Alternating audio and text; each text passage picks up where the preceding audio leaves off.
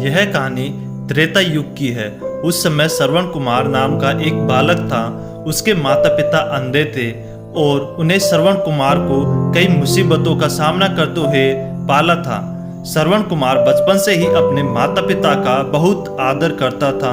जैसे जैसे श्रवण बड़ा होता गया, उसने घर की सारी जिम्मेदारी अपने कंधों पर ले ली। वह रोजाना सुबह उठकर सबसे पहले अपने माता पिता को स्नान कराने के लिए तालाब से पानी भरकर लाता था। इसके बाद वह तुरंत जंगल की ओर लकड़ियां बीनने जाता।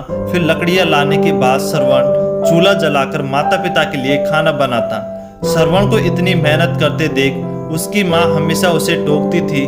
वह कहती थी, श्रवण बेटा, तुम इतना सारा काम क्यों अकेले करते हो? खाना तुम मुझे बनाने दिया करो, मैं आसानी से बना लूंगी। इसके बदले तुम थोड़ा आराम कर लिया करो। माँ की इन बातों को सुनकर श्रवण कुमार कहता, नहीं माँ, मैं ये सारे काम आप लोगों के लिए ही तो करता हूँ। भला अपने माँ बाप के लिए किए गए कामों में कैसी थकान, उल्टा मुझे तो खुशी मिलती है। श्रवण कुमार की इन बातों को सुनकर उसकी माँ भावुक हो गई। वो रोज भगवान से प्रार्थना करती, हे प्रभु, इतना ध्यान रखने वाला श्रवण जैसा बेटा हर माता पिता के घर पैदा हो। एक दिन श्रवण अपने माता पिता के साथ बैठा था। तभी उन्होंने श्रवण से कहा, बेटा, तुमने हमारी हर ख्वाहिश पूरी की है।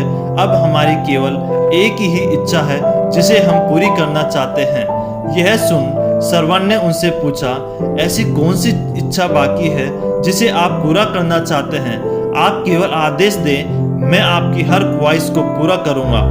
इस पर श्रवण के पिता ने कहा, बेटा, अब हम बूढ़े हो चुके हैं और हम चाहते हैं कि मरने से पहले तीर्थ यात्रा के लिए जाएं। भगवान के शरण में जाकर हमें सुकून की प्राप्ति होगी। अपने माँ बाप की बात सुनकर श्रवण कुमार सोचने लग गया कि वह उनकी इस इच्छा को कैसे पूरा करेगा।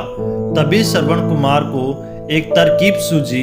वह तुरंत बाहर गया, वहां से 2 बड़ी टोकरी लेकर आया। उनमें उन दोनों टोकरियों को एक मजबूत डंडे में मोटी रस्सी के सहारे लटका कर एक बड़ा सा तराजू बना लिया। फिर श्रवण कुमार ने उस तराजू में अपने माँ बाप को बारी बारी से गोद में उठाकर बैठा दिया। उसके बाद तराजू को अपने कंधों पर लेकर उन्हें तीर्थ यात्रा पर लेकर निकल पड़ा। वह लगातार कुछ दिनों तक अपने माता पिता को एक के बाद एक पवित्र स्थलों पर घुमाने लगा। माता पिता को घुमाते समय श्रवण कुमार उन्हें उन जगहों के बारे में भी बताते चलता था, क्योंकि वह आंखों से उस दृश्य को नहीं देख सकते थे। अपने बेटे की इस मेहनत को देख उसके माता पिता बहुत खुश थे। लेकिन क्या आप जानते हैं कि एक बार श्रवण कुमार के मन में भी अपने माता पिता के लिए हिंसक और अनुचित विचार आ गए थे।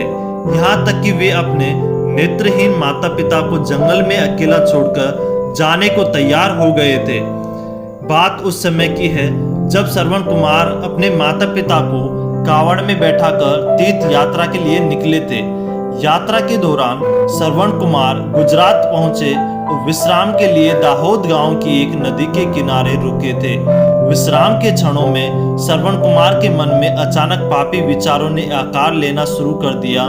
वे सोचने लगे कि क्या मुझे सारा जीवन माता पिता की सेवा में ही बिताना पड़ेगा? मुझे अपने जीवन का सुख कब मिलेगा? माता पिता मेरे जीवन पर बोझ हो गए हैं।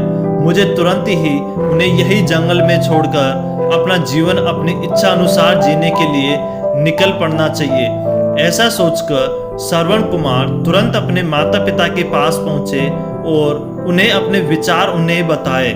माता पिता ने श्रवण के निर्णय पर विचार किया और तुरंत ही बिना विचलित हुए कहा कि बेटा, तुम बिल्कुल ठीक कह रहे हो। हम बूढ़े हो गए हैं और तुम पर बोझ बने हुए हैं। हमारे लिए कब तक अपने जीवन के सुखों से दूर रहोगे? हमारी चिंता मत करो, हमारा आशीर्वाद हमेशा तुम्हारे साथ है। जाने से पहले बस एक काम कर दो, हमें नदी के उस पार छोड़ दो। हम वहीं अपना शेष जीवन काट लेंगे।